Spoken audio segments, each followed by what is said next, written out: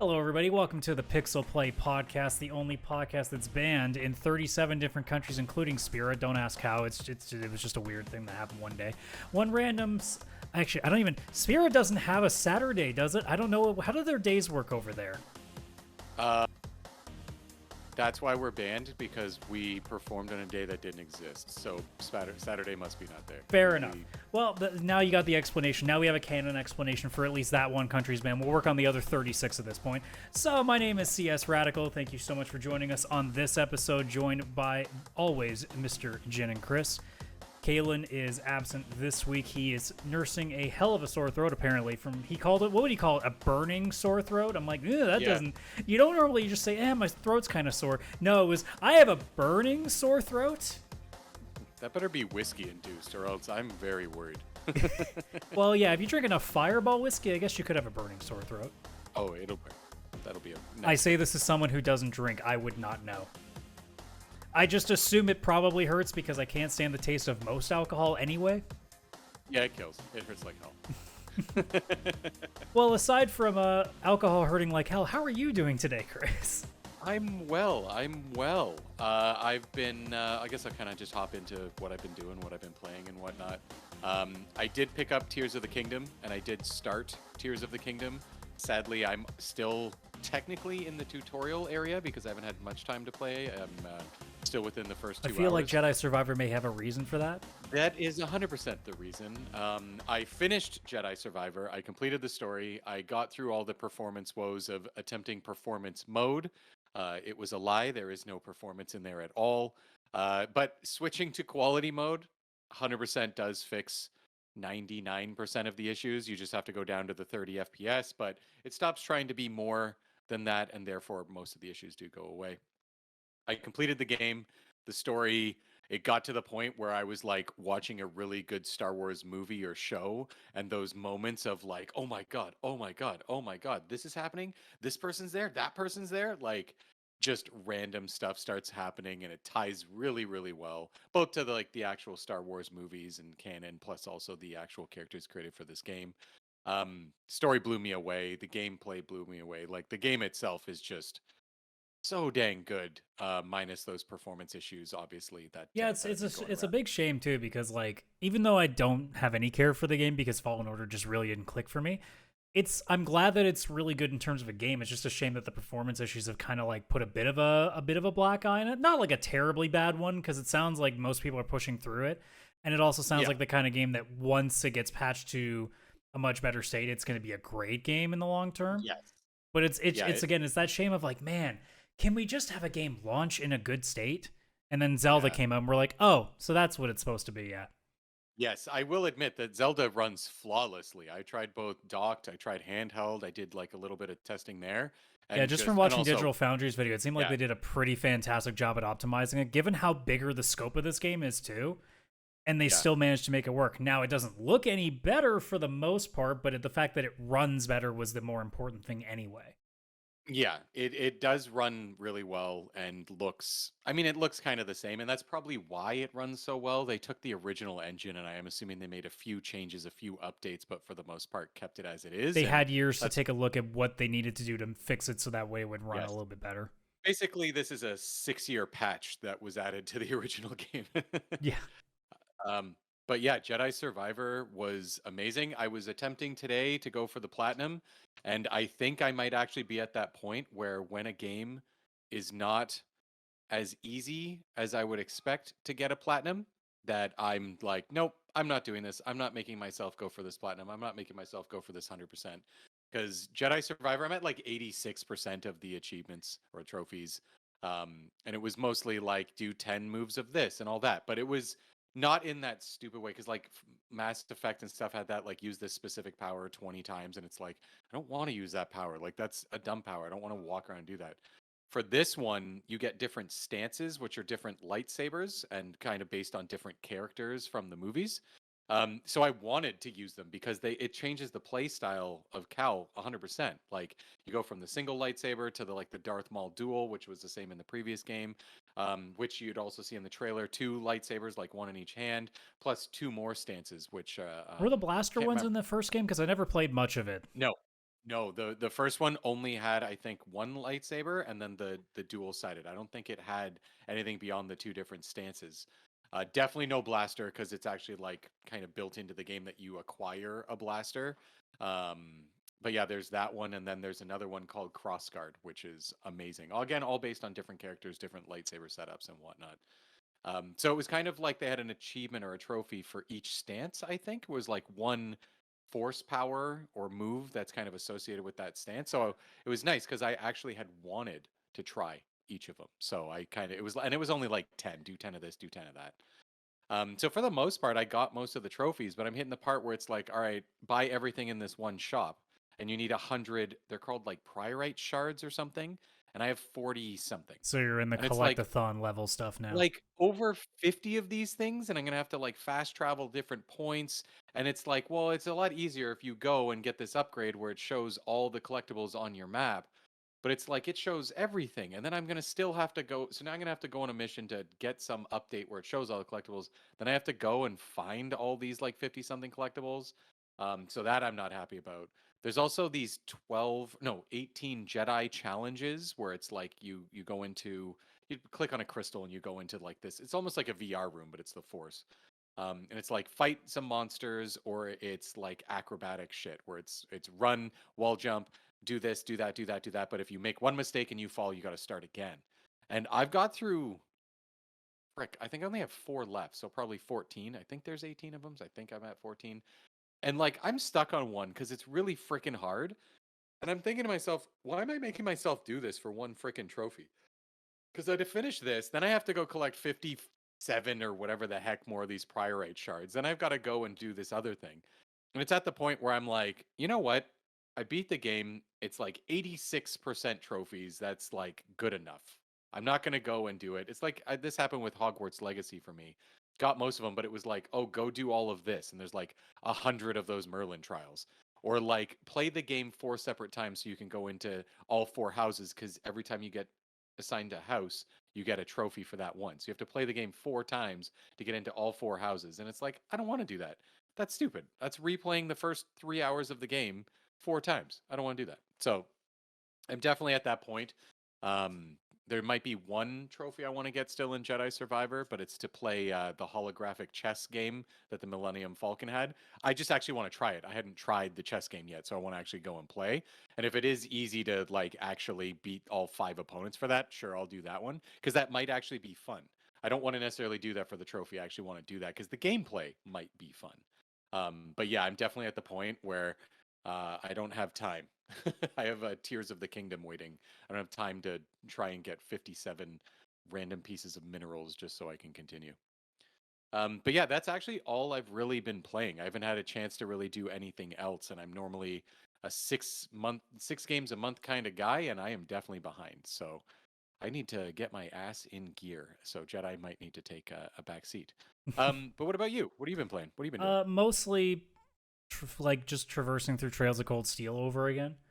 I'm pretty sure I can't quite remember how many chapters there were in the game, but I'm pretty sure I'm just about to enter the last chapter of the first game again.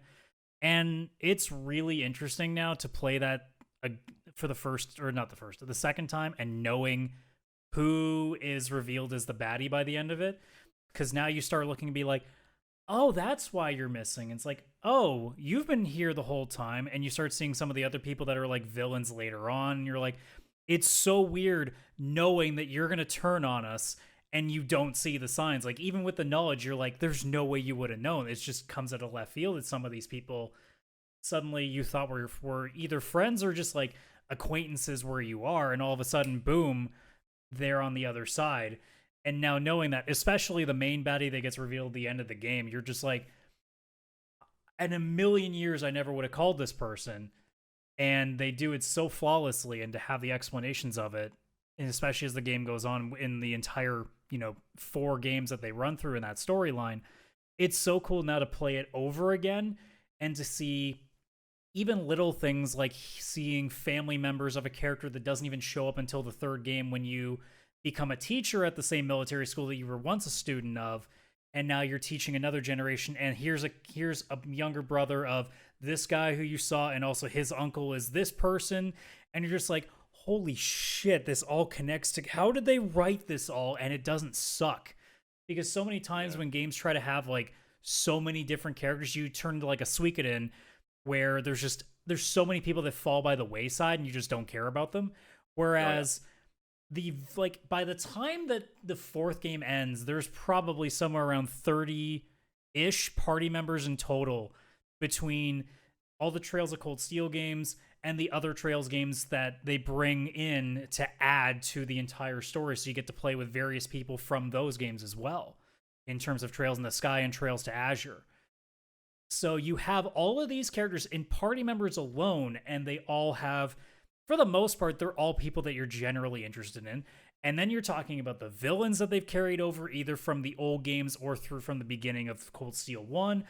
NPCs, I think I mentioned it at one point, either on this show or when we were doing Cartridges and Quarters back in the day, that there's a fucking NPC that gets married to another, and it becomes a big story over the course of 4 of these games. And it's such an innocuous little thing. But it's that from game 1, you see them starting to be like they're like childhood friends and they haven't seen each other in a while. And then there seems to be this weird like friction between them. The second game, you start to see, ooh, there's something building here. By the third game, it's pretty obvious they're in a relationship. And then by the fourth, they're getting engaged. And it's like, that's just 2 NPCs. We're not even talking about relationships with major characters in the game. These are just 2 people that don't have a voice at all in the game, maybe. I can't remember if they have voice dialogue in the third or fourth game where some of the NPCs get a little more voicing. But like, there's so many people that actually have some sort of storytelling in them. It's amazing that they've done that. And to also bridge it with 5 other games that came before this 4-game series is insane. And I know at some point I might actually take another dive into the old games. I do have them all wishlisted, so if they ever go on for a decent price, I might actually pop in and start trying them. Because now that I'm at the point that I've caught up, and Reverie isn't coming out until July 7th, I think, I've still got some time. That's also why I chose to start replaying Cold Steel again, just to try to refresh a little bit. There's no way I'm going to finish all 4 before July. But at the very least, I'll have a pretty good idea of who everybody is going in again, so that way I'm not forgetting some of the backstory.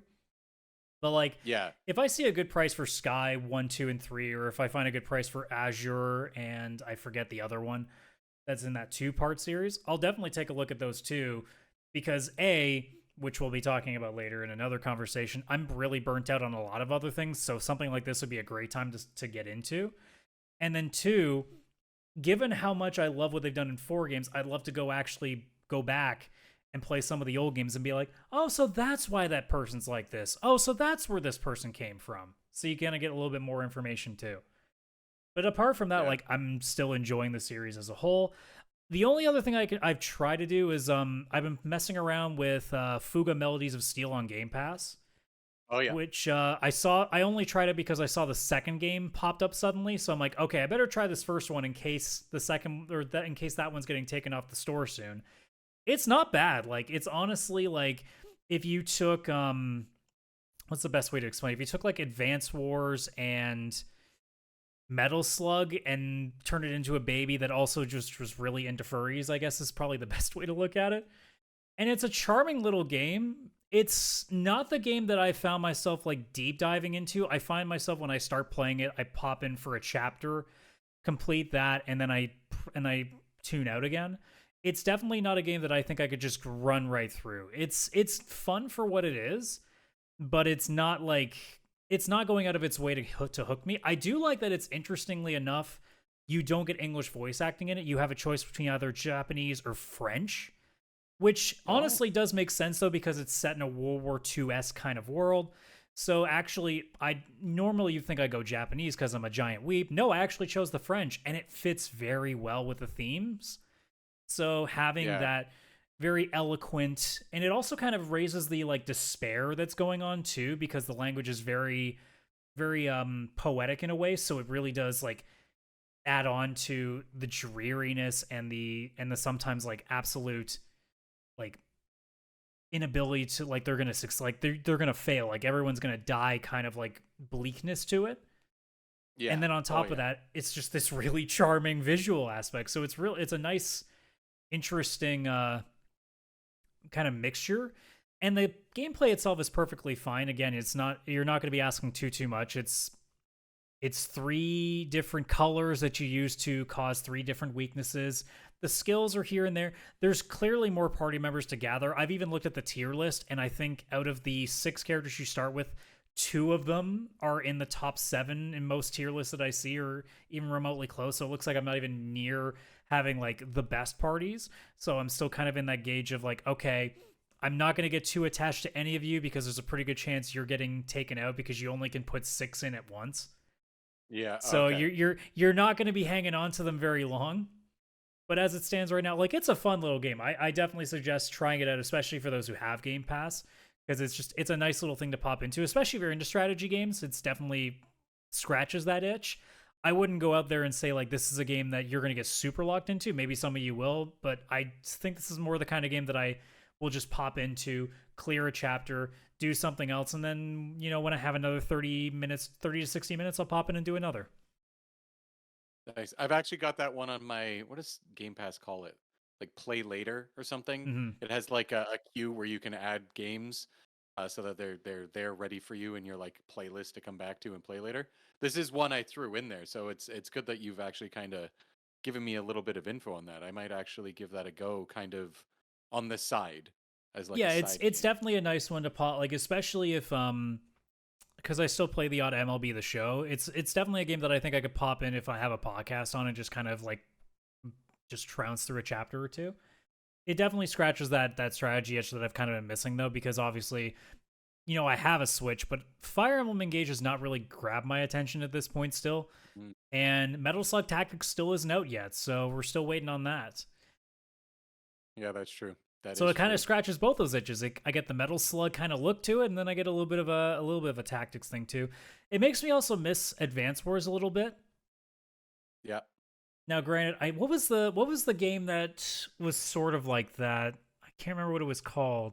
It was an indie game that came out like either Oh, a year or two ago. War Groove? Yes, that's the War one, War Groove? Groove. Yeah. Yeah, I played through that. That was actually a lot of fun. Yeah, that was Also, pretty good. Advance Wars I 1 and 2. probably played like maybe 6 or 7 chapters of it and just eventually didn't stick with it. But like that's definitely scratched an itch that I hadn't had in a while. It's a shame that I couldn't stick with it, but I think that's more of an issue with me personally right now than it is with the game, Yeah. because it just seems like most things right now just aren't grabbing my attention anymore. Yeah. Yeah. Yeah, and there's also Advance Wars 1 and 2, the remake or the Yeah, reboot or is it out whatever. yet, or I is think it still? it came out. It Yeah. finally came out like 2 weeks ago, 3 weeks ago. It's on my wish list, but frick, it's $80. Like that's a Yeah, lot it's for kind of just a Advance. bitter pill to swallow, no matter how much you like that series. Yeah, like I'm sure if it ever goes on sale, but I don't Yeah, know if like it 20, 30 will. bucks maybe. Yeah, maybe. And also, you mentioned if you wanted to play Trails of the Sky. I do have the first one of those on Steam, and I know we can do like a family sharing kind Yeah. of thing. So if you ever do want to get into that and don't want to have to buy it, let me know and we I can mean, if family they put share. it on for cheap, Falcom deserves a lot of my money based on They what do. those 4 They games have done really for do. me. So that's going to be the challenge too. And Reverie's finally out. If there's a collector's edition, I don't buy digital collector editions very often. Those are usually the games that I'm like, you've killed me real good. Like you actually have earned that. Oh yeah. And Oh yeah. also, It's again, I'm a giant weeb. Wacky ass costumes, I'm in. yeah. They're just a little wacky. I'm always in on that shit. You know what else I'm in on though? As I try to Oh, do my best segues. I'm out of that, practice on that, hosting, so I hope my segues are still kicking. no, But that was a kick. Steam is starting to do 90-minute demos, which we saw with the Dead Space remake, and we've been talking about this a lot on, I think, both shows, because I know we've talked about it on Cartridge and Quarters back in the day as well, that we miss the old days of demos and like even like the old PlayStation 1 discs that had like 6 game demos on it and stuff like Oh that. yeah. But even with the day, like I like that Steam does a really good job of like with indie games where you can try out like there's a lot of demos, but you don't see that generally with the big games. And Hmm. technically, this isn't really a demo. It's so much as them just opening it up for 90 minutes of gameplay before you can try it. Now, I'm sure the reasoning is just because of the 2-hour Yeah. chargeback thing that they do, and this is just their way of, okay, let's try to avoid some of the extra work that we're having to do here. Yeah, because people were buying games, trying them, hitting about the hour and a half mark, because you get 2 hours before you can return it. And it was probably more of a pain in the butt than just fine. Let people play a game for an hour and a half. They're not going to beat it. Like they're going to just get their feet wet kind of idea. For most games, obviously, like AAA and that kind of Yeah, I stuff. don't know if they're going to be doing it for all games, but they'll definitely find it for the ones that they know are like big name games and ones that I don't know if you have to sign to be onboarded or anything, but like I guess we'll find out as things go along with what games get that treatment. Yeah, it's probably developer done as well. Like developers have to opt in to let their game be Yeah. 90-minute demoed.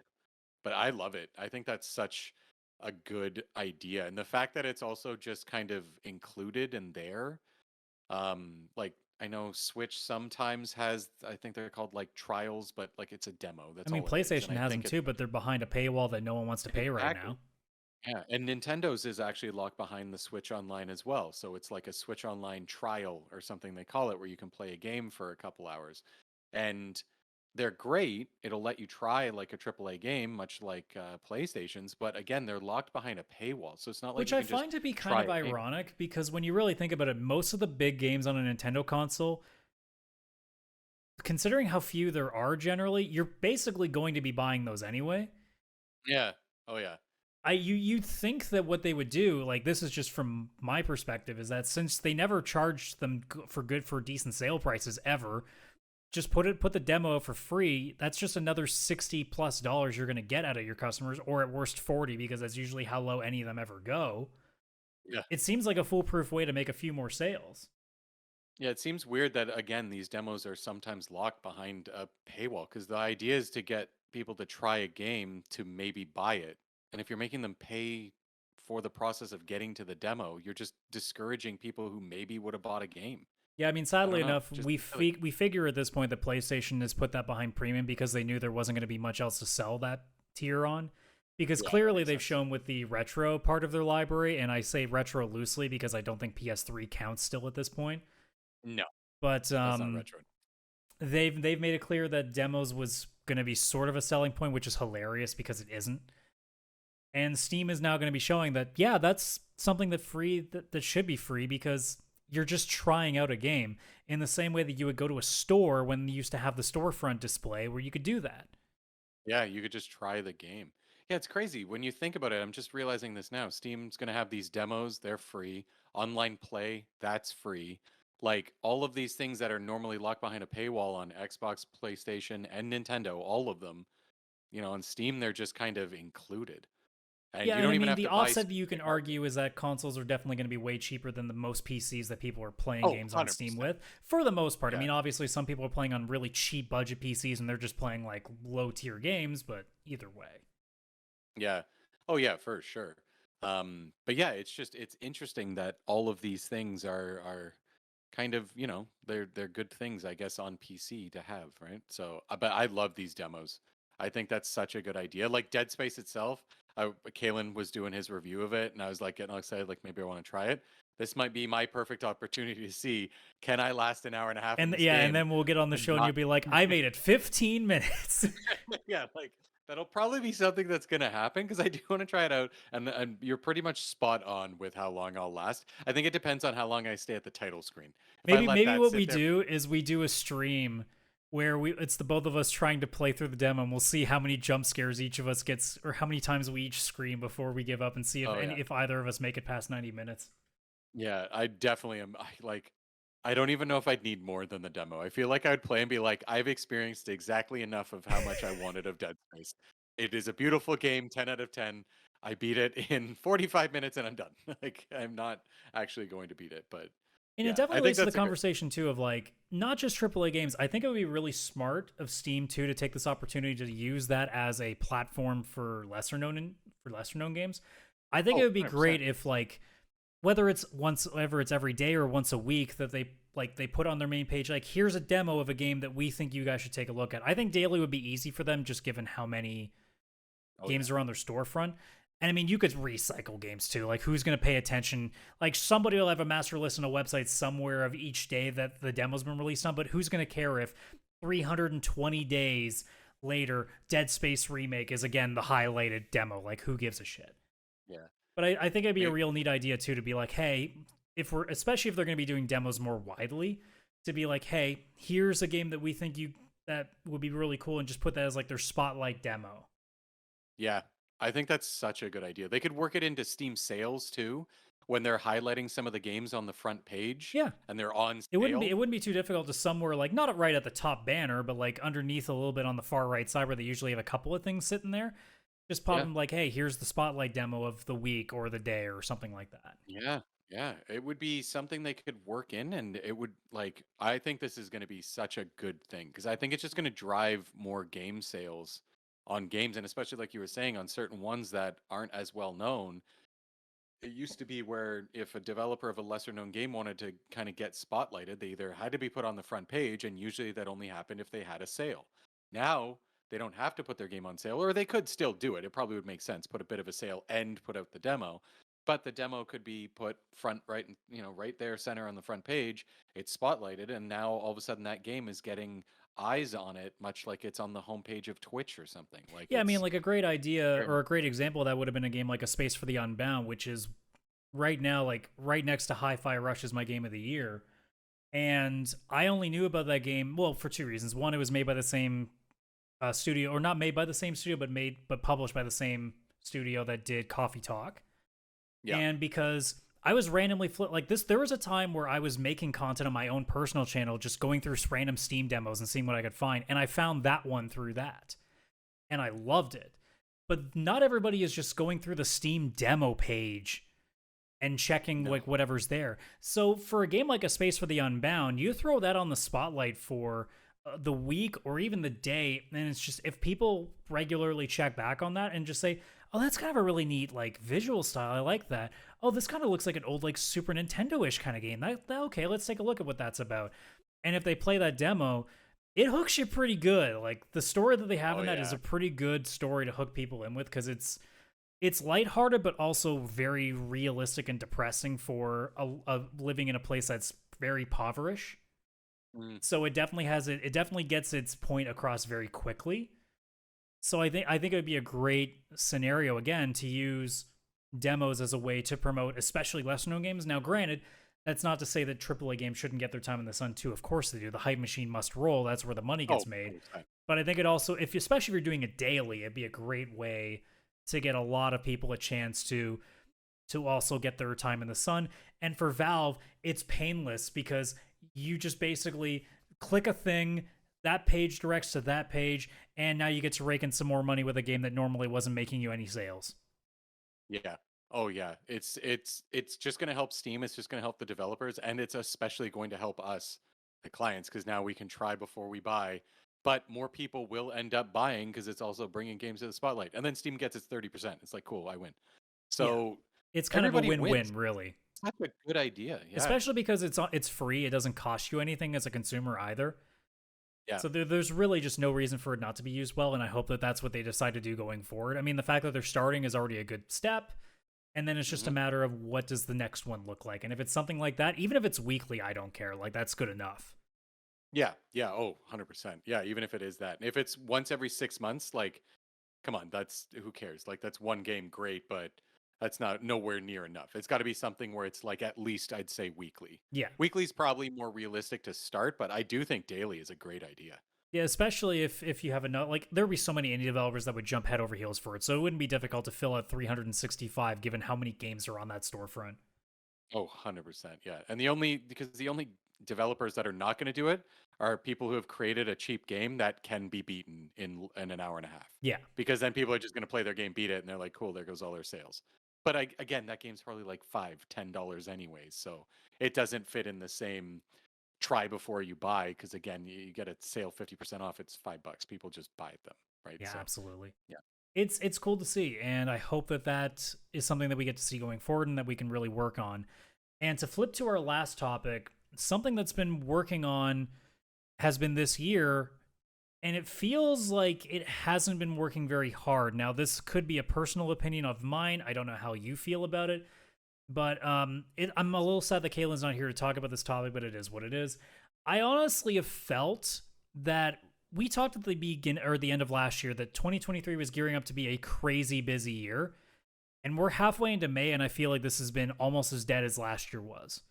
Now, I may be wrong. It like you might be able to tell me. Like, I know because Jedi Survivor wasn't on my radar at all, so that's different from my perspective. There are a lot of things out there. Like, for me, it's Hi-Fi Rush, and that wasn't even really a big game. It was just came out of nowhere, so I don't even know if I count that necessarily. And then maybe beyond that, I don't know. Like what else do we really think of at that point? Well, there was Hogwarts Legacy that came out. That was February. Was that February? I think Yeah.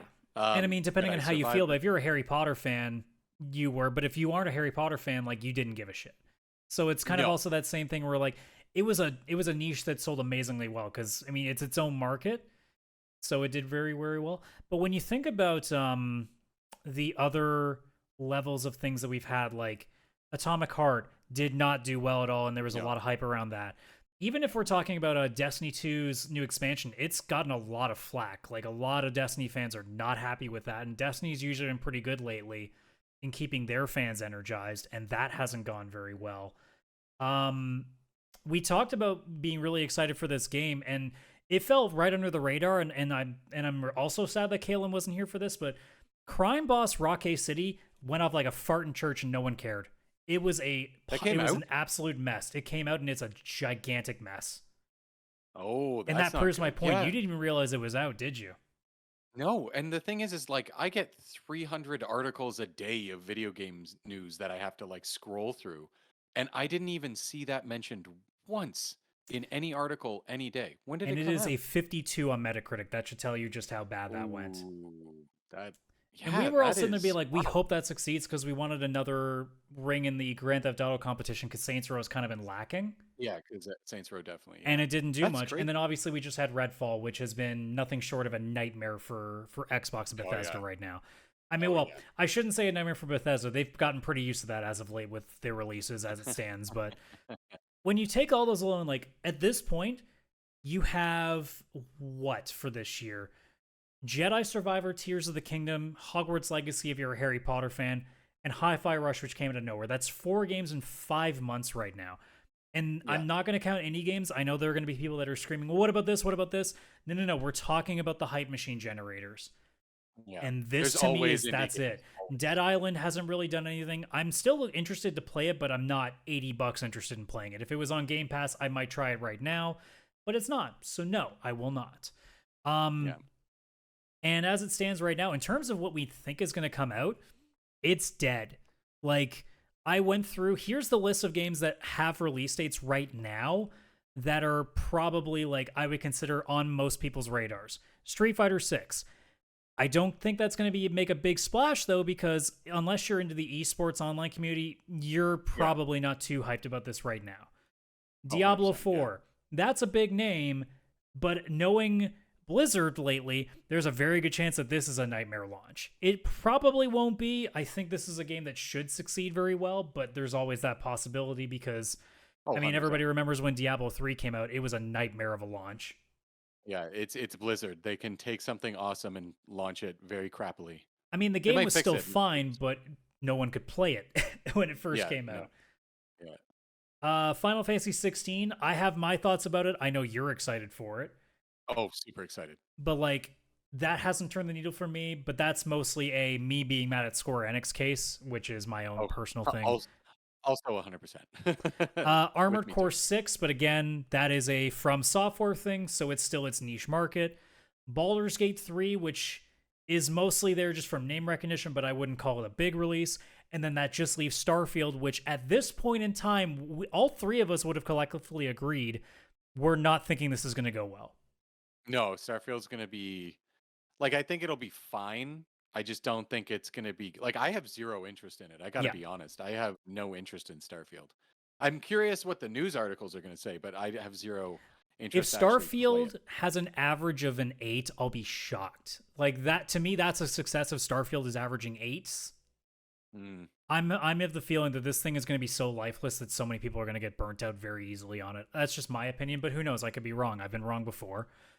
But to go deeper, I looked at anything that I thought was a major potential release that hasn't been dated, and I still only came up with about 6 titles that I thought fit. because I didn't count things like sports games because that's its own market. They'll always sell well, Yeah. and it's always a big Yeah. deal for So, them. Alan Wake 2, which I think I automatically take off the list because I don't think that many people are looking forward to it anyway. Assassin's mm, Creed Mirage, which I don't even know if it'll be out this year. yeah, it's supposed to be maybe. I think Ubisoft is trying as hard as possible because without that, they have like nothing. Yep. So they need it. But yeah. Avatar Frontiers of Pandora, which we still know nothing about, speaking of Yeah. Ubisoft. Yeah. Or is that EA? No, that's Ubisoft, right? I think that's Ubisoft. Yeah. Final Yeah. Fantasy VII Rebirth, which we have no date on, but if that does come out, that's probably going to make a big That's huge. splash. Oh yeah.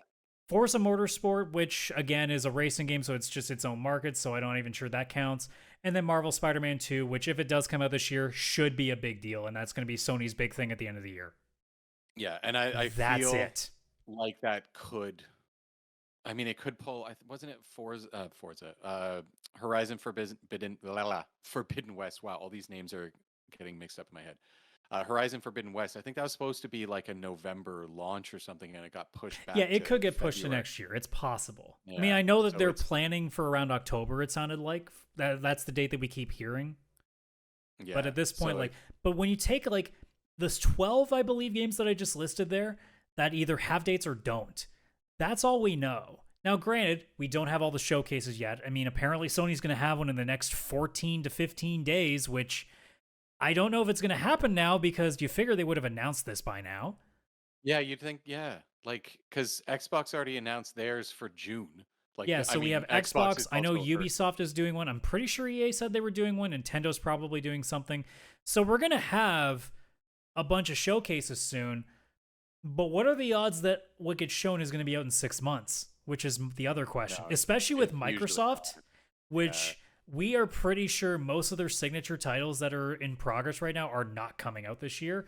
Because we know Fable sure as shit ain't. Perfect Dark sure as shit ain't. No. Elder Scrolls 6, yeah, sure as shit ain't. I kept thinking, like, Yeah. is there been 6? I'm like, no, Skyrim's been released on 3 consoles. It's still 5. I'm trying to think what else I'm missing. I'm sure there's one that I'm missing right now, but I'm just blanking. But Yeah. like from them alone, most of the major games are not coming out this year. So we're getting to a point now that 2023, when we initially thought was going to be a crazy year, has been largely a disappointment. And that falls mostly on Microsoft's side at this point. Because Sony's at least carried it a little bit. Like, they've done their part.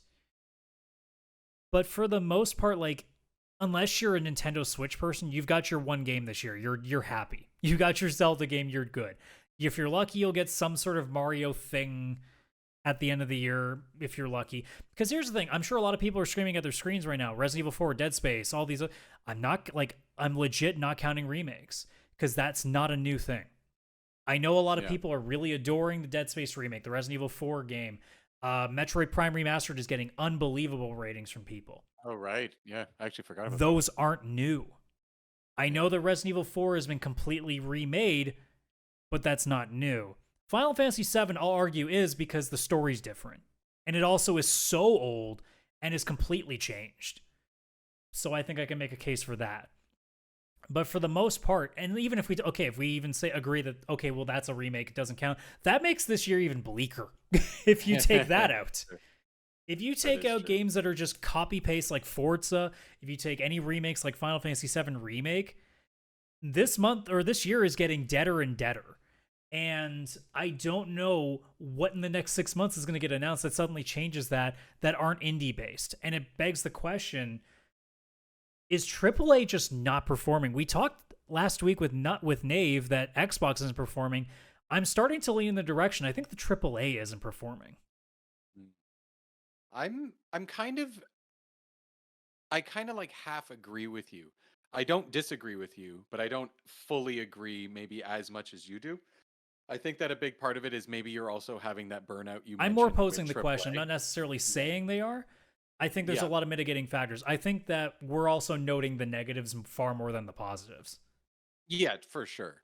Because when it comes to me in this year, it's weird because I think about it and I get really excited over the few things that I've got. It's like Hogwarts Legacy. I'm a Harry Potter fan. I loved that game. Was it broken in parts and everything? Of course.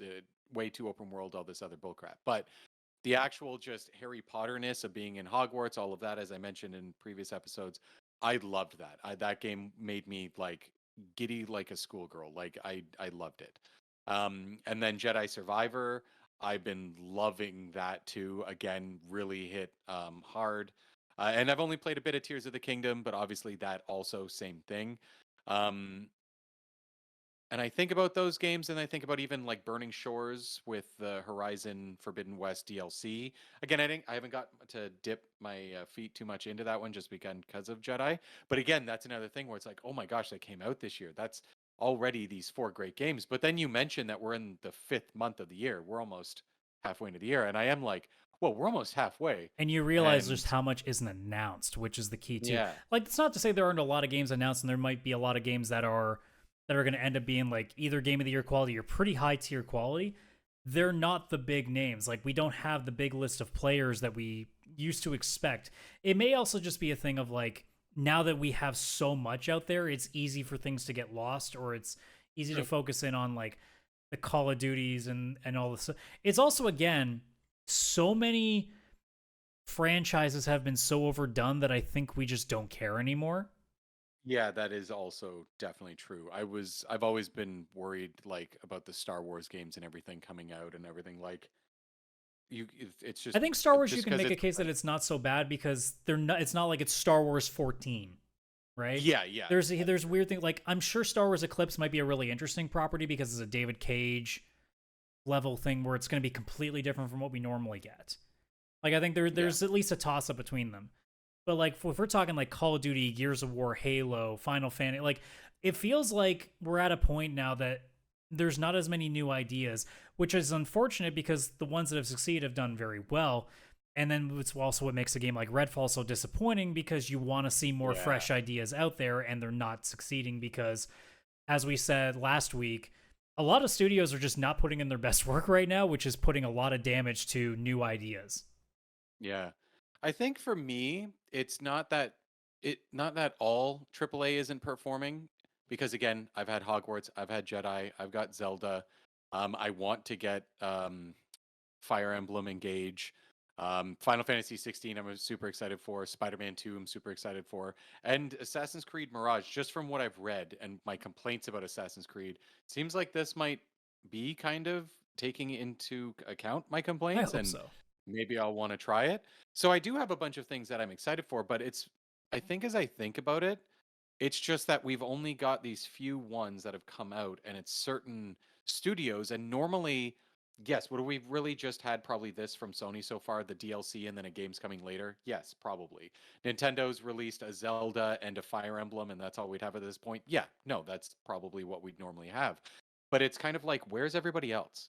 Like, it seems like we've been waiting on Ubisoft's Street been Fighter. dead quiet. EA's been mostly Yeah, dead quiet apart from Jedi Survivor, but like EA used to be like Mirror's Edge and all these other different properties where it just feels yeah, like like it's why I'm so mad that I want to hope for Mass Effect and Dragon Age to be good again, and I don't expect them to at this point because it's just been so yeah. long.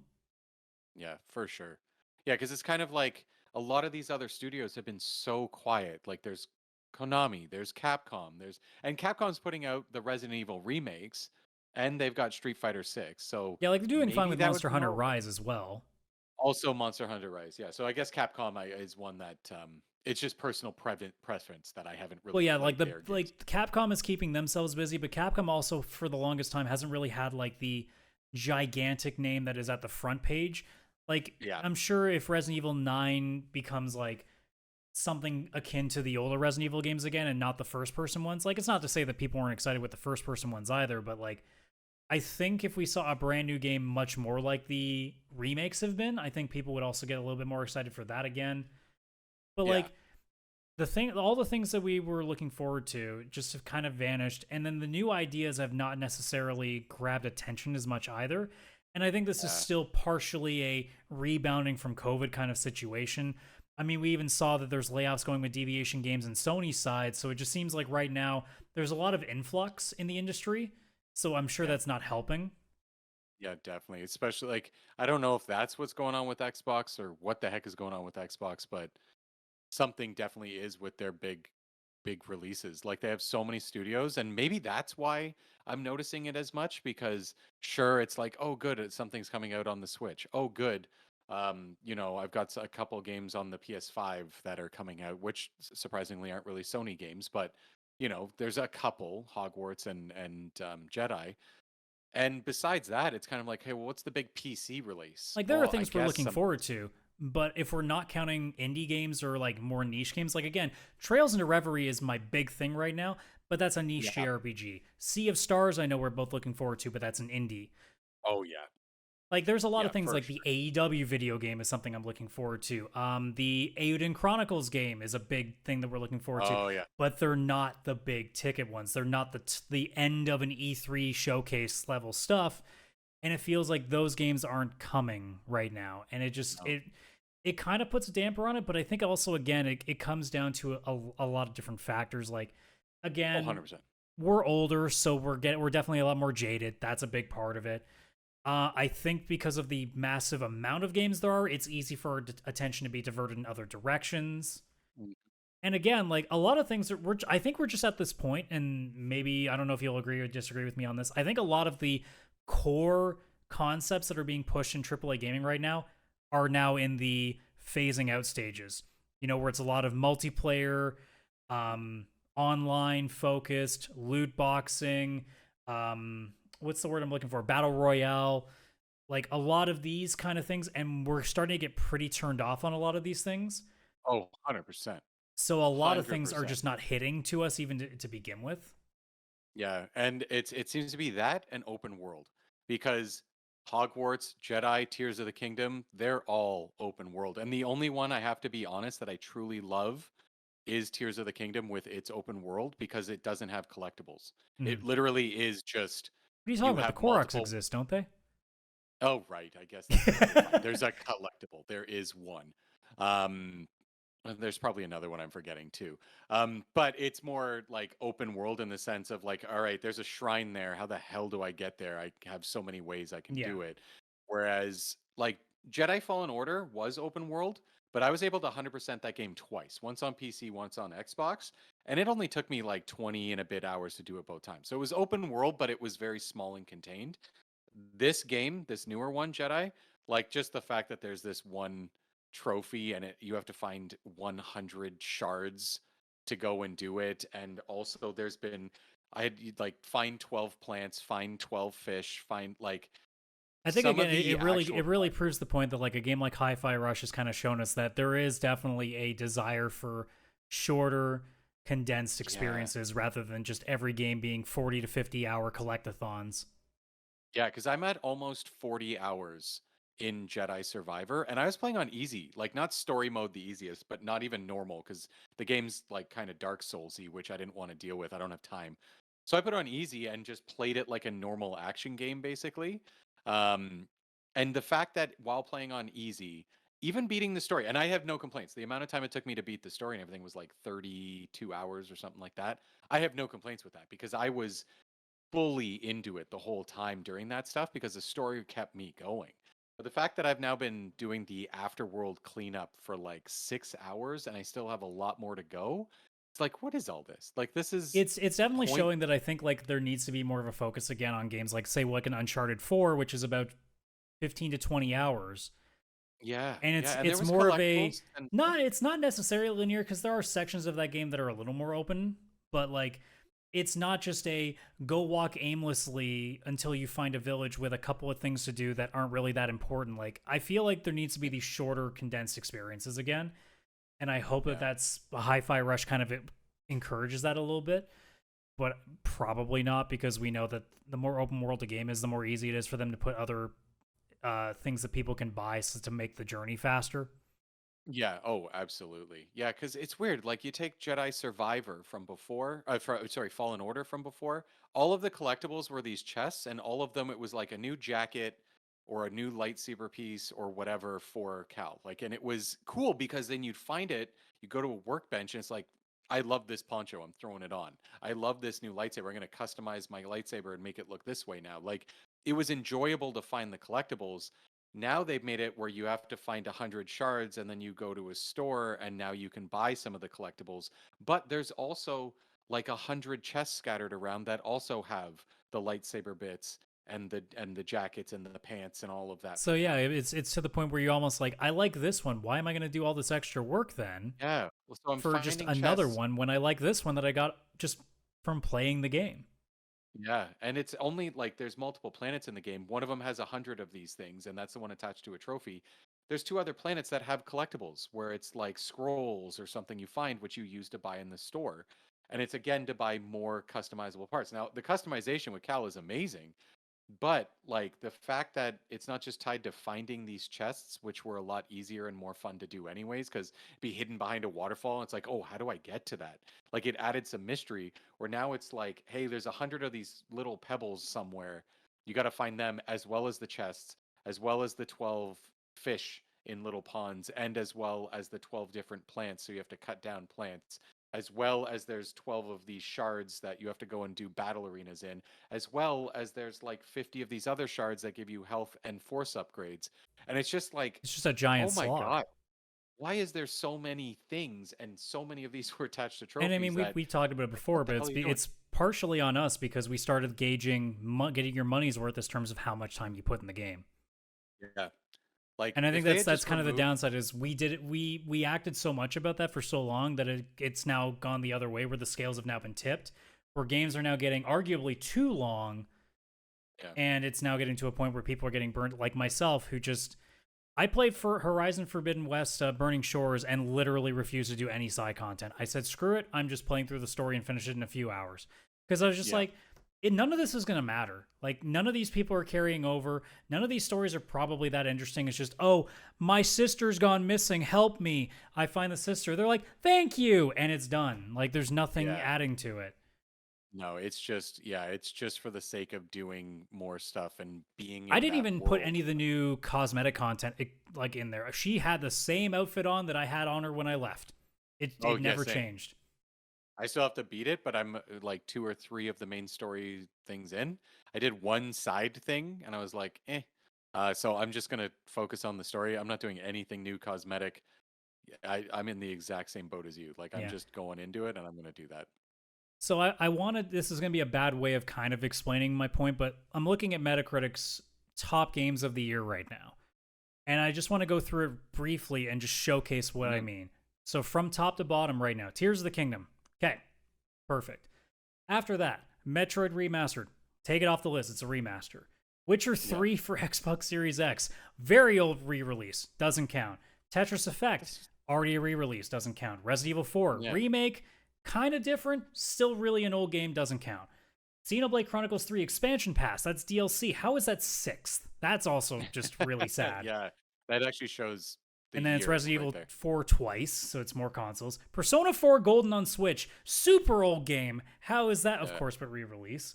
It was just Mossbook it was 2 released. niche VR game, not really a thing. Dead Space remake. Hi-Fi Rush. I even say we can take Hi-Fi Rush off the list because it's still very niche. I don't even think I Yeah. call it AAA either. No, I would say that's like an A or a double A, whatever Yeah. those type of games are. It's one of those. Now I'm going to keep skipping games that are already there. Monster Hunter Rise Sunbreak expansion doesn't count. Dead Cells Return to Castlevania. I don't even know if that's an expansion or a new version in Dead Cells. Expansion. But It's again, just DLC. but that's indie game. Res Infinite. I don't know if that's new or a re-release for the PSVR 2. Either way, it's still a It niche. just got updated to work on PSVR 2. I think that Yeah. was on PSVR 1.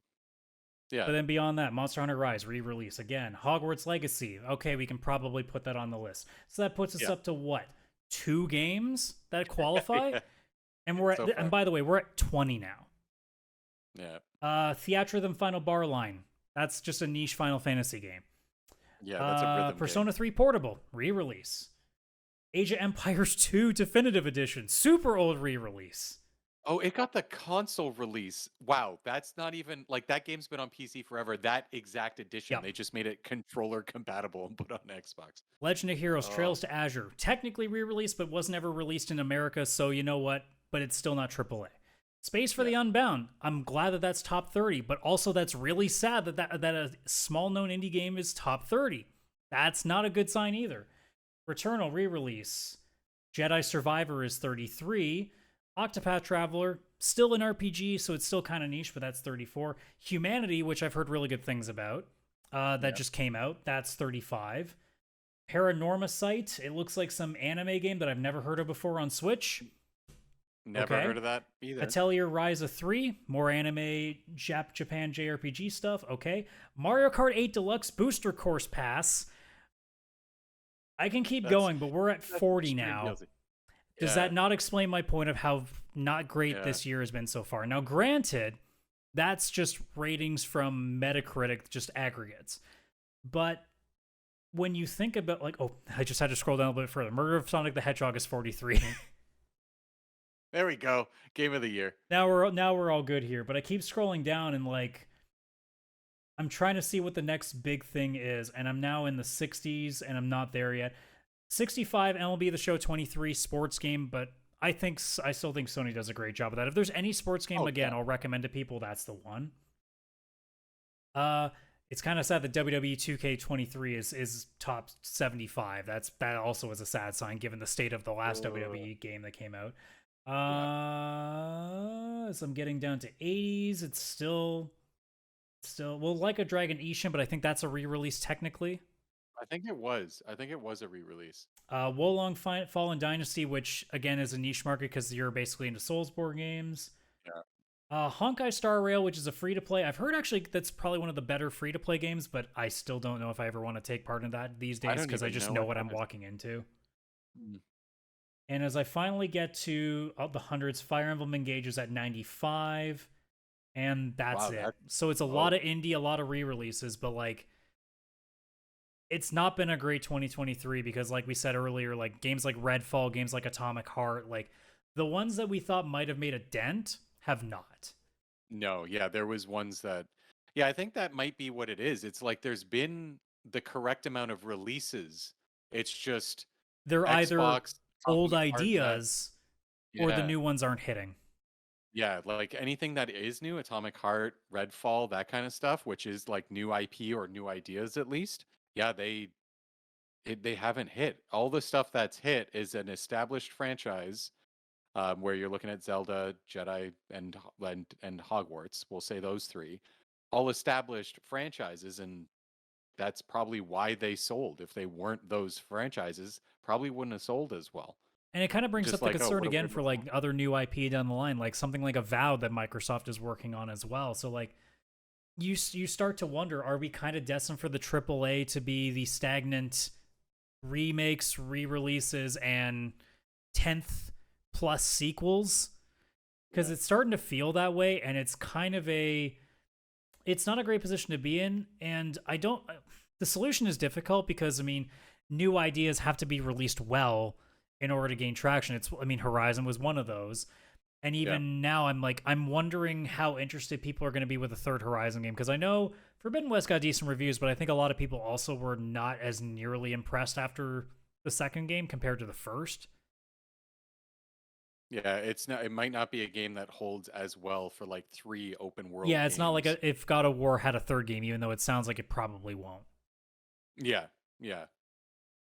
It's almost like gaming's going the way of Hollywood. You know, the franchises are getting 10 You'll have your big sequels. hits like your MCU movies and stuff, but like for the most part, it's either there's the ones way at the top, there's nothing in the middle, and then there's the other bar where it's everything else.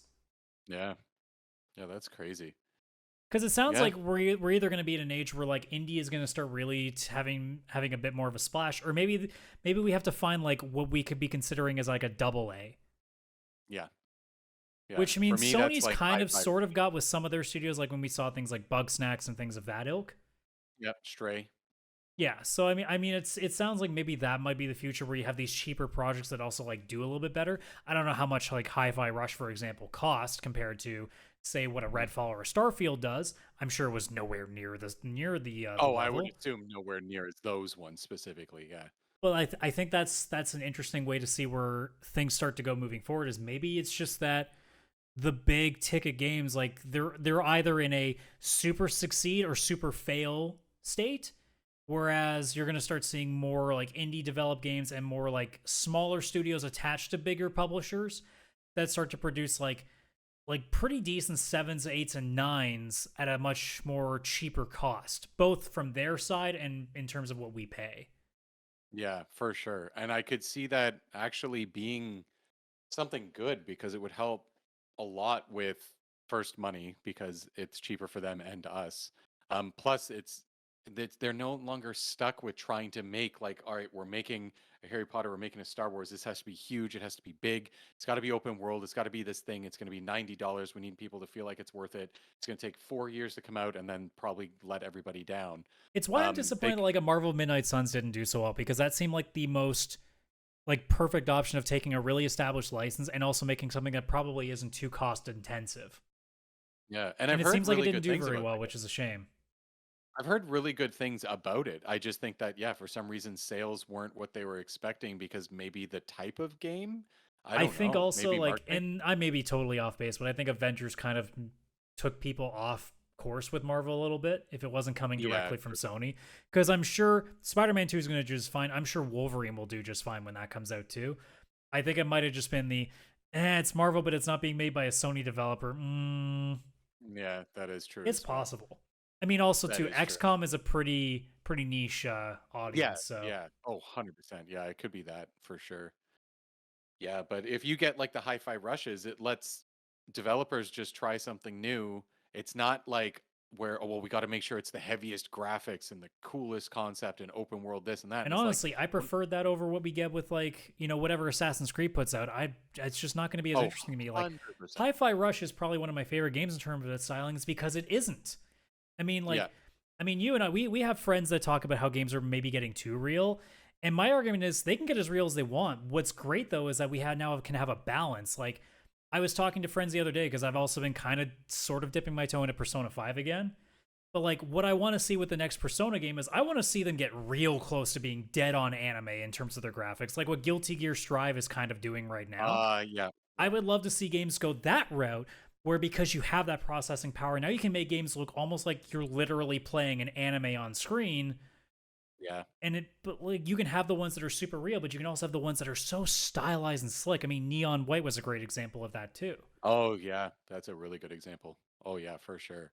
Yeah, like even if you take games like Stray or something, like just the graphical style where it was real, but also It also like felt like a cartoony little more robot, realistic, right? but also kind of had the same edges like a Nier Automata sort of kind of looking Yeah, thing too. exactly. So it was neat because they could experiment and just kind of like design a world and they didn't have pressure to make it fit within existing canon and this and $90, so it's got to be open world and huge amount of collectibles and huge amount of this. Like they could just do something fun and only charge like $30 for it because it cost them a lot less to make, and they probably enjoyed making it even more because it's just whatever they want it to be, and people love it. Hi-Fi Rush, they loved it. Stray, for the most part, people liked.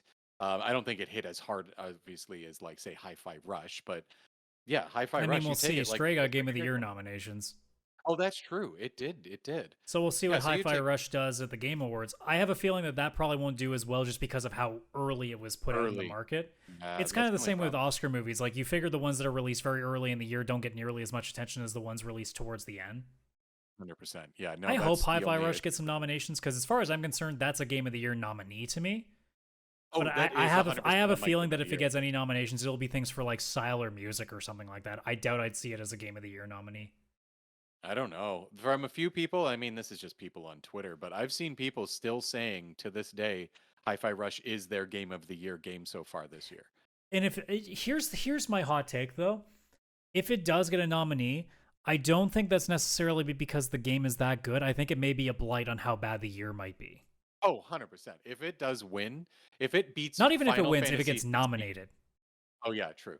Because Yeah, it's not beating Tears of the Kingdom. Let's be completely honest here. yeah, Tears of no, the it's Kingdom is not, yeah. probably Game of the Year already at this point. That's probably game of the year.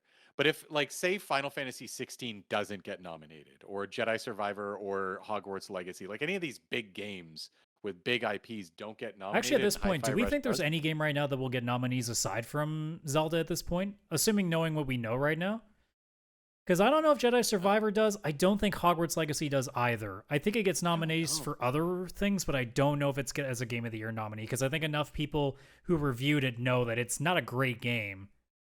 If I would think that it would get it if there isn't That would depend on If the the rest rest of of the the year is year. really dead, that you Yeah, know if what? the If Hogwarts gets a nomination, that's an even bigger blight on the year because I think Hi-Fi Rush should get the nomination well before Hogwarts ever should. yeah. Like if the rest of the year is bad, it would be basically Tears of the Kingdom, it wins, and then runners up are Tears of the Kingdom Jedi and Survivor. other games. Yeah, and Tears of the I Kingdom. mean, if we're But guessing, like I would say Spider-Man 2 probably should be at least in the I running think to get a nomination. yeah, they'd have to really screw that up because they have such a good formula going. They don't need to change anything. Like, don't even worry about making the graphics any better, really, or like just do some touch-ups, like Yeah. make buildings look a little nicer or make the swinging a little I think more we're more just smoother. But excited for the spectacle of like now we're getting into the big characters. We're getting into Venom now. Like this is going to get real yeah, interesting. yeah, I like leave think it as it Final is Fantasy and 16 has a chance. Like, here's my thing. I'm taking my bias out of the equation. I actually believe that 16 is going to get very well reviewed. I That's think my it's gonna be great. sense. I just think it might not be for me. That's kind of where I'm leaning. Because, like, when everybody's like, oh, it's going to be an edgier one, that doesn't grab me anymore because I'm not 18. And Yeah, that's another thing yeah. that I was talking about recently with some friends. I think when people like, oh, it's an edgier version of this, I'm like, no, I don't want that anymore. Life's depressing enough as it is. Like edgy, like Squall, like he just says whatever all the time, Well, or I think we're talking like the more gritty, violent like stuff because clearly the it game does is like like the R-rated Final Fantasy. To me, that wasn't a selling point because I'm well past that point of like blood's not going to suddenly grab me anymore. no, Because look no. at God of War. God of War is far better now to me than it's ever been because it's now more about it's like deep storytelling rather than just being a gore fest of fighting giant monsters. Which don't get me wrong, I liked in playing the two new games, but like it wasn't nearly as big a deal for me back in the original days. Oh, same. Yeah, 100%. 100%. Yeah, I don't know.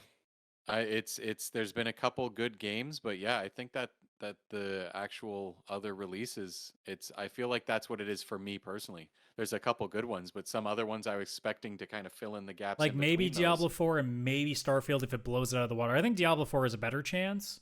Oh, Diablo 4, I feel Maybe like has a Armored better Core if it chance. does come out this year, just because again, from Software has just done a really good job at getting votes anyway.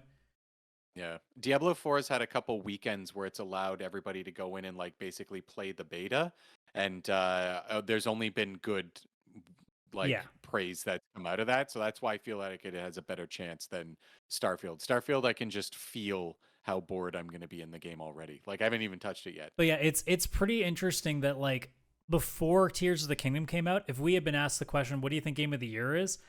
I think most of us would have said Hi-Fi Rush, and that's as much as I love that game, that's not a great sign if that's the one. Yeah, true. Now Tears of That the is Kingdom has true. come out, and now it's like, okay, who's second place? And we'll Yeah. see where we go from there. The And again, expansion to Tears of it the might just be like our personal taste. Like if we like Oh, again, for if we sure. had somebody who's like 16 on the show, we get a much different outlook on things.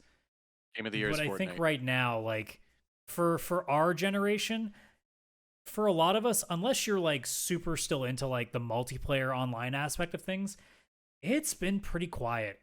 And it's not to Yeah. say that it won't get busier because again, we're gonna have a lot of like come back. We'll come back to this topic probably in like late June, early July when we have a good sense of like any other release dates coming out. But as it stands right now, like I'm a little concerned just from how little there is, and I don't even know what gets announced in these showcases that's coming out in 6 months that suddenly tips that scale, unless there's a lot of surprises that we just didn't know were being worked on and we're almost ready to go. Yeah, like that they'd have to drop another Hi-Fi Rush, which won't be a AAA game. It would be again the double A or Yeah, whatever like the this big game would games that be we know considered. Xbox is coming out, we're almost certain that they're not coming out even for 2 years No. at this point, right? The only one I'm expecting to, well, I guess two, because Starfield. I do expect Starfield's going to launch and Forza Motorsport because And it's a racing Hellblade game and potentially. oh, and Hellblade. Okay, I'd be excited for Hellblade. I would be excited for that. But again, that's another. I'd say It's that's sort of again a like a double A double. plus with how the budget they've kind of put on this one. Yeah, it definitely has a higher budget, but it's kind of like Plague Tale with the Hmm. rats. Like it's not necessarily triple A. Yeah, you're kind of wondering where the needle tipper is now. Yeah, yeah.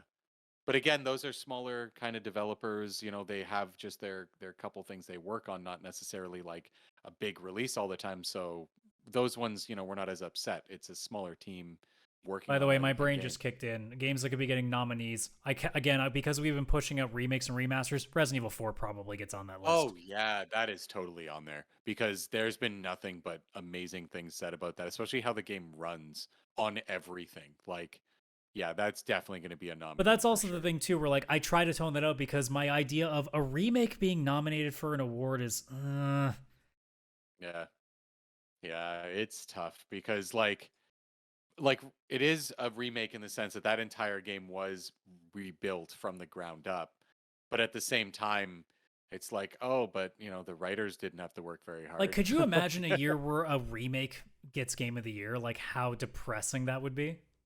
Yeah, that's just a re-release. Like, believe Again, me, it I is. love Final Fantasy VII Remake. If that won Game of the Year, I'd be like, I don't know how I feel about that because that Yeah, shouldn't be a thing. no, they should be, best. Like you'd figure there'd be another category like best remake of the year, best remaster of the year, and then best actual game of the year kind of thing, right? Yeah. Yeah, I mean, brutal. as a whole, like I'm still excited for what's coming down the pipeline. It's just weird that it's mostly not AAA anymore. And again, like I said, it may just be because we're getting older. We're not nearly as zoned in on that level because we've seen what the core does, so we know what to Yeah, expect from the mainstays. So now we're looking for those new experiences. I think that's a big part of my burnout is that I've seen everything, so I'm looking for something else. That's why a game like Trails of Cold Steel was so different to me because it was an old school JRPG in a way, but it was also doing something that most JRPGs haven't done in a long time, which is tell a story that actually carries weight instead of it just being here's a bunch of characters, here's a main baddie, and by the way, God's going to come in at the end and just reroute everything. Whereas Trails of yeah, Cold Steel was like, hey, you want to go back and play 5 games and then play 4 games of this really overarching story that takes place on 3 different continents and has like 100 different players? Sure. Or like that's Hi-Fi just Rush, which comes out and be like, hey, you just want to play a dumbass game about being a guy bashing people in the face with a guitar to the beat of a song? Yes, yeah, I do. Do you want to play a and game the that's just you in a coffee shop in like 2 a.m. just talking to a bunch of D&D meets Seattle like coffee culture level kind of visual novel? Yes, I fucking do. Do you want to yeah. play a open world dark world level 60-hour epic journey of you collecting a bunch of bear asses? I've done that about 10 times already. I think I'm good. Yeah, because it's funny because all the games you're mentioning that are really good, everything from Coffee Talk to Hi-Fi Rush all the way up to Persona, and the difference there is, from what I hear, is good writing. That's games with That's another really part good of it writing. too. Because and they're all different style, obviously. Like Hi-Fi Rush was written to be like a Saturday morning cartoon, but it was written perfectly in that It was what style it set out to be. and it was well done. Like it was witty, it was funny, and it was endearing, it was wholesome, it was all the stuff you'd want from a Saturday morning cartoon. Where while I haven't played Persona, obviously to have story that's overarching over that many games, including just NPCs, that's really well done writing. And then Coffee Talk, same thing. The game, like, sure, you can find it very cozy to make the drinks, but it's the story that you're involved in, and obviously the art and like the pixel art. And it's if it didn't have that good writing, if you didn't really care about each individual character that comes in, who cares if you can make them a coffee? Like you're not going to play that game. So it's Yeah, I mean, and it you look at a was game like Assassin's really well Creed, done. like, were the stories for Assassin's Creed games ever really that good? I would say at their best, they were maybe C plus B minus level stories. Yeah. But at the time, when they first started coming out, the concept was different and fresh. Yes. When Yeah. Like the Horizon Zero that Dawn came out, was it an amazing story? I wouldn't say it was great. I'd say it was like a B story at best. But it was because of the world that we saw. It was so different from what we normally saw. yeah. Whereas, And that story actually did hook me. That yeah, story did have me. I wanted to know what happened to the people before us, and I was really yeah, into and that. that's like an example of like a more recent game, but it's a fresh thing. Even Forbidden West, a lot of people said the story was just not nearly as engaging, which I would agree with. Yeah. Oh, 100%. I would And agree then with you that. look Yeah. at a game like The Last of Us. Does anybody really talk that much about the gameplay in that game? No, no, because that is just pure story, It's not to pure say the writing. gameplay isn't a big deal, but I think at the same time we're at a point now that just having good gameplay is no longer like an amazing thing. Like we're not in the old age of like Sega Genesis, Super Nintendo games where having like really cool like inventive gameplay was a big deal now. Games are just going to play well. That's the expectation. Yeah, Unless you're doing something ridiculously different, like Deathloop is a great example where the story is not great, but the concept was fantastically well done. But that yeah, doesn't happen very often. Even Spider-Man games is the gameplay is amazingly solid, but the story still backs it up. It does very like it still make maybe B plus A minus at best. It's not like the top tier of storytelling, but it's very well done. yeah, I think it's at a point now that unless your game is specifically focused to be like on gameplay and there is no story, if you're an open world game, you better be making some better stories now because just having a giant map doesn't mean anything anymore, and it's starting to show. And I think that's a big part of our burnout too. And like oh, you 100% can't just when have it a comes game open that's world. just go into this open world and find and explore. No, you need to give me a reason to explore this world now. I can play better games that do the exact same you're already advertising. If you have Yeah, a game like 100%. Redfall, it's like this multiplayer, first person adventure where you're going around and just beating stuff and slowly gaining levels. No, there are games that do that better. Even before Lightfall, Destiny 2 is a far better example of doing that. And that also comes with raids and things like that, and it's been pre-built with a lot of extra content. There's even Yeah, games like I'm excited for Payday 3 because that's a cool experience that you don't get on very many kind of games. And even no, then, it yeah, might not end up being that great, but it's still something that sells a little bit differently than, say, just another game that's you and a couple of friends, like another Borderlands clone, essentially, right? right. So it's just at the point now that you can't just get by on taking an idea that works and putting a different coat of paint on it. You have to really put the work in, and especially if it's a single player experience, like an open world game, that story needs to hit. You need a B minimum story now for it to matter because unless your gameplay is something so different than the norm, if you're just a open world like hack and slash, you better have a good story now because there's enough games out there that already do it better. Yeah. Oh, 100%. Yeah. It's this isn't the PS1 days, PS2 days, or like SNES and NES where it was all gameplay because you couldn't put much story in there. I mean, we Now even it saw that in is. the PS2 days where everybody was making a JRPG that had anime girls on the cover, and they were all terrible. Yeah. Yeah. Yeah. Like you have to have, good gameplay in this. Like you got to focus. Like if you're going to be Tetris, obviously the story doesn't exist. It better be just great music and addictive gameplay. If you're going to be The Last of Us, your story better kill because the, third person going into cover and shooting things stuff like Uncharted has been done. And let's face it, that gameplay isn't overly exciting for a long period of time without breaks and some reason to continue forward, which is always the story. Always. Yeah, it's So it's they it's definitely got a to pick. case now we're going forward. Like we're not looking for X kind of genre game anymore. We want X genre game plus something to really put it over the edge. And I think that's just native of the industry growing to what it is. You said the Hollywood problem that happens now.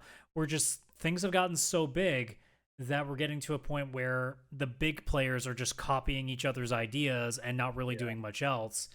And it's now the indies that are going to come through and really shine. And honestly, I'm okay with that, but it means the hype train is harder to get behind because you don't really know what indie games are going to do well until they come out. It's you can Yeah. see a trailer and you have might have a decent idea. Like, sure, when we saw something like, oh my god, like Stray, like we initially thought it was going to be really cool.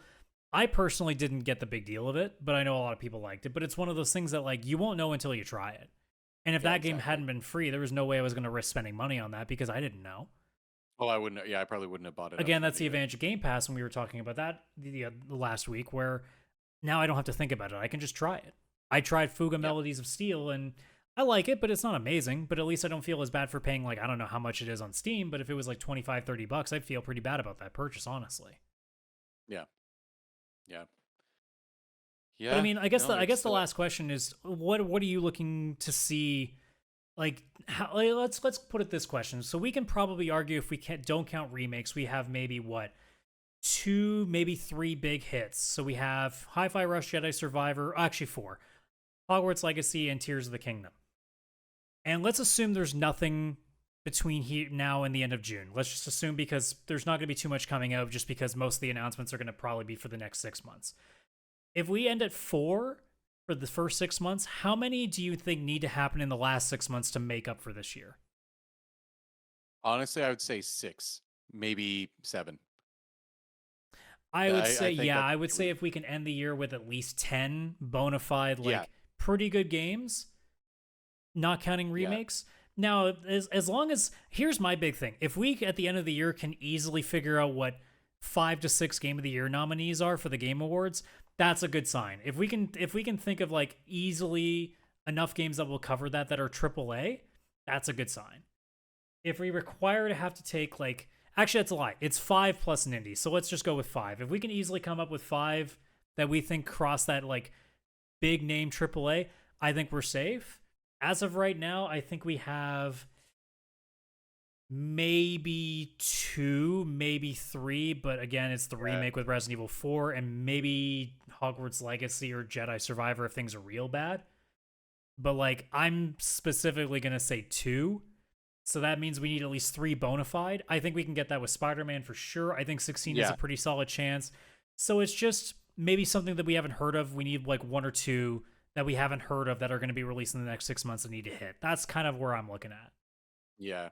Because I do have hopes for Final Fantasy 16, and I do have a good feeling about it. I don't know if it's just what it is, but maybe the trailers, maybe I don't know. That, and then of course Spider-Man 2. I have obviously high hopes for that because they've already made the 2 games. They're very similar, but it's exactly what I want it to be. So as long as they just don't change anything Yeah, and and just Sony's kind add of to had a that track story. record that they don't usually screw up what's already been a good thing. No. Yeah, no, like God of War, like Ragnarok wasn't that much different from the original. They Like made the some worst changes. example is what, Forbidden West, which is more just being guilty of like, maybe the story didn't hit quite as well, but it was still like a Yeah. very solidly put together game. Oh, 100%. Yeah, like that game was very well done. And it did have way too many collectibles and stuff open world, but I did appreciate that the trophies weren't attached to all of them. I only got like 48% of the world done and I got all the achievements. So I was like, Mhm. cool, I'm good. Yeah. Well, Yeah, that's the only we'll two. see how it goes. It's going to be interesting. I'm a little sad that Kaylan wasn't here to have this bounce off because I know he and I probably would have bashed heads on a couple of things because that's how it always works. It's kind of great, when it's just me and then the straight man who's usually in the middle. Yeah, There's just not really much going back and forth because I'm you're just like, pretty I sure. agree with that.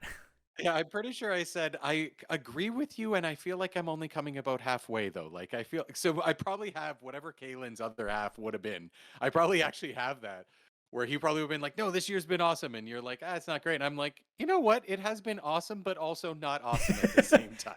So you know That's what? That exactly how it means came I out. win by default, and I'll take it. Default, default. You know what they say, the 2 best words in the English language. So, with that being said, that's going to do it for the show. I'm glad that I didn't say at the top of the show this might be a shorter episode because it's 2 of us, because I've learned now that that's never the case. It's never. You and I, just no matter what, we can walk into a Cartridge and Quarters episode back in the day and say we have nothing to talk about, and then an hour and a half later we're like, son of a bitch, we Yeah. talked a lot. We're burning Square Enix signs for some reason in the back. It's crazy. Oh no, that was a normal occurrence. That was not anything different before. That was not out of, and that was a bingo card item for us every episode. Are you kidding me?